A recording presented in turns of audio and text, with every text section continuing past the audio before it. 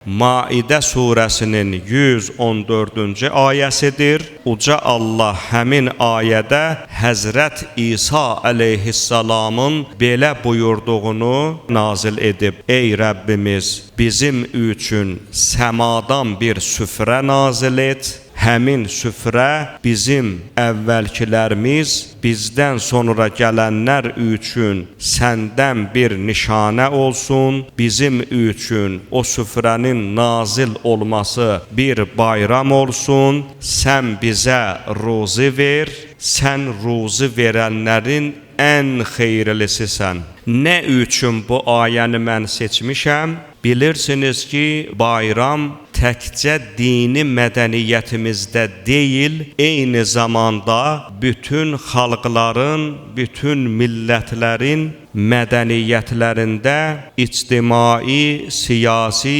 dini tarixlərində müstəsna yerə sahib olan xüsusi günləri təşkil etməkdədir. Hətta bayram elə bir mühüm anlayışdır ki, Həzrəti İsa əleyhissalam göydən süfrənin nazil olmasını uca Rəbbimizdən diləyir və o süfrənin nazil olmasını bayram kimi qeyd edəcəklərini dilə gətirir. Ayədə bizim üçün bir bayram olsun deyə Həzrəti İsa əleyhissalam Allaha yalvarıb. Bilirsiniz, Həzrət İsa əleyhissalamdan möcüzə istədilər. Tələbləri də bu oldu ki, Allah bizə göydən süfrə nazil etsin, süfrənin nazil olmasını biz görək, sonra sənə iman gətirək. Çünki peyğəmbərlik iddiası eləyirsənsə, gərək möcüzən olsun. Allahdan belə vəhiy nazil oldu ki, razılaş.